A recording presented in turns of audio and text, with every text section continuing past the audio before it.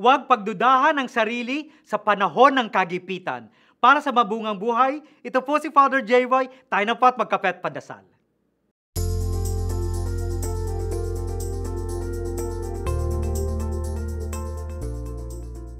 Noong nakaraang buwan, nakita natin ang biglang pag-angat ng UP Maroons sa Championship Games pagkatapos ng 37 taon na wika namin, panahon ng pagkatigang sa UAAP. Ito'y hindi inaasahan ng marami sa aming taga-UP dahil parang nasanay na kaming natatalo sa labanan. Sa larong UP versus Adamson, binabalikan ko ang sinabi ni Coach Bo Perasol sa isang interview. Sabi niya, nagkaroon siya ng sandaling pagdududa. Pero inisip niya ang mga basketballista, kaya sabi niya sa kanila, huwag kayong magduda, atin ito. Importante para sa akin ang sinabi ni Coach Bo.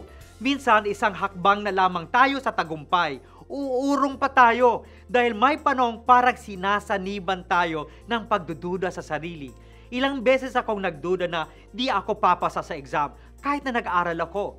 Ilang beses ka bang umurong dahil masakit na at matagal na ang iyong pagsisikap?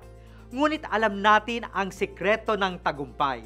Kailangan natin ng confidence, hindi believe sa sarili, kundi isang paniniwalang kaya natin ang anumang pinangarap natin.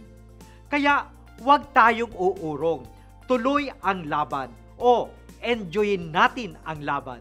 Walang larong masaya hanggat may hamon. Kaya manalangin po tayo sa Diyos na hindi tayo kailanman mawawala ng pag-asa. Para sa bayan, tuloy ang laban. Para sa mabungang buhay, yakapin ang hamon dahil Diyos mismo ang nangangakong kasama siya sa lahat ng panahon.